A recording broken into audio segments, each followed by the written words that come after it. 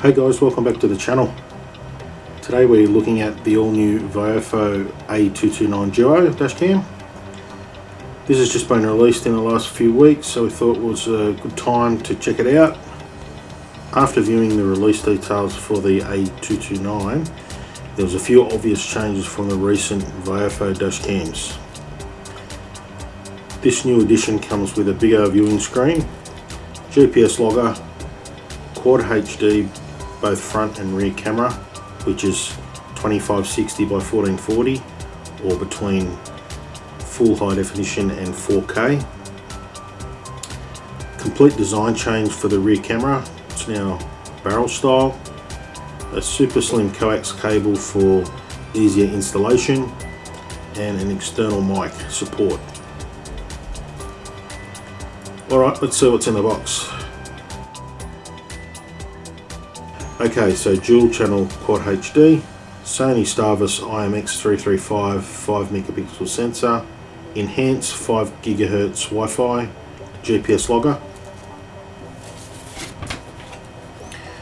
And just while we're on the 5GHz Wi-Fi, if you're planning on viewing files via the app, choose a file length between 1 or 2 minutes maximum. This will reduce the time it takes to download a file. Just while I remember, the front camera has a 140-degree viewing angle and the rear has a 160-degree viewing angle, so you won't miss much of the rear.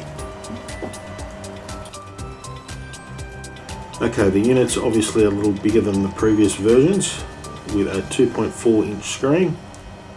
This side has a power in and reset button. This side's got a new coax connector, micro SD card slot and external microphone input. On the front, the GPS module is built into the mount and has an up and down adjustable camera lens.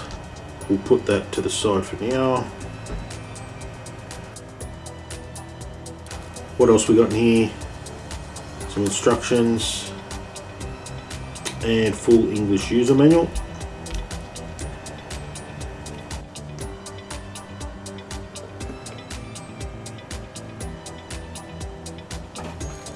Here's the new barrel style camera. I must say I do like this style better than the previous one.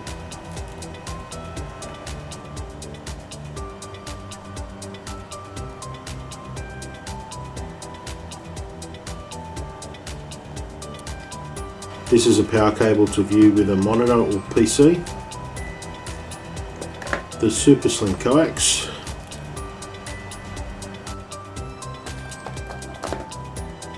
Some spare mounting tape and USB micro card reader.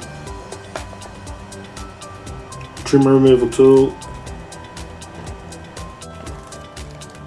And a 12-volt power adapter and cable. You'd only need this if you were not setting up parking mode. Okay, these are all the optional accessories. A CPL filter.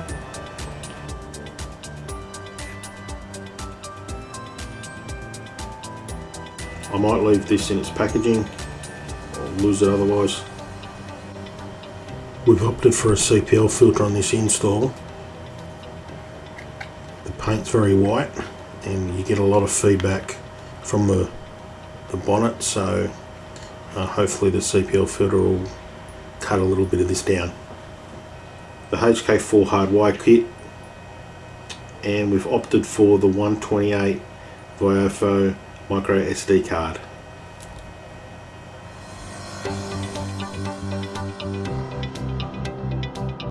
Alright, front and rear camera is now installed. There we go. Let's have a look at some of the settings now, or the menu. Obviously setting it to the highest resolution, loop recording, video bitrate, wide dynamic range, exposure to the front and rear camera, record audio, G sensor, Wi-Fi, park recording and park motion detection, parking G sensor, parking mode timer, parking recording duration, time-lapse recording, live video source, rear image rotate, rear image mirror, GPS, speed unit, GPS stamp, date stamp, model stamp, license plate number, text stamp, beep sound, boot delay, language, voice notification, date and time, time zone, hertz frequency, screensaver, format and format reminder. Most cameras now have got some type of format reminder. Please set it, maybe a fortnight or monthly. It just reminds you to reformat the card. This clears any corrupt files and consider it like a service for your memory card. It's the only thing you should need to do for your dash cam, and the firmware version. Alright, we'll show you some front and rear footage now for a few minutes from both day and night. Number plate check, a field of view test, and a motion detection parking clip. Enjoy.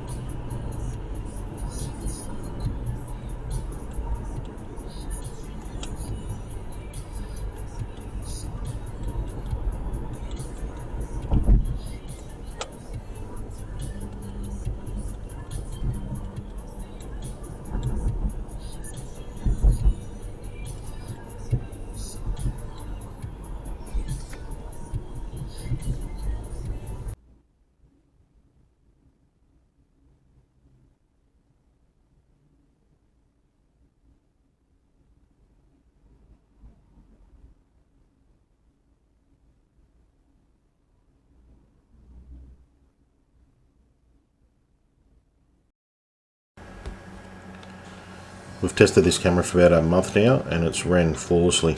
I've got absolutely no issues in recommending it at all. It's very well priced for a front and rear dash cam setup, coming in at around $400. This includes the parking mode and the 128 gig card. For the features included, you really can't go wrong. I like the refinements that have been made to this series. The rear camera improvements and the Type-C power connector is welcome. I can confirm that the VIOFO download speed for a 1 minute clip via the app and the 5 GHz Wi-Fi was 12 seconds directly to your phone.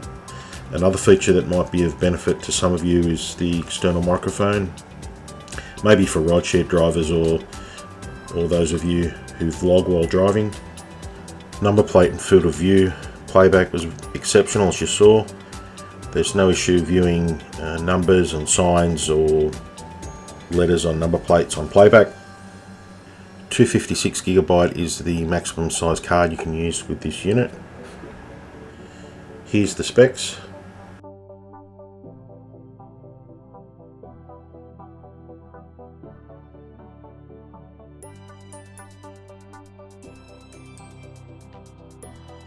Thanks for watching. Make sure you send us some footage. Catch you next time.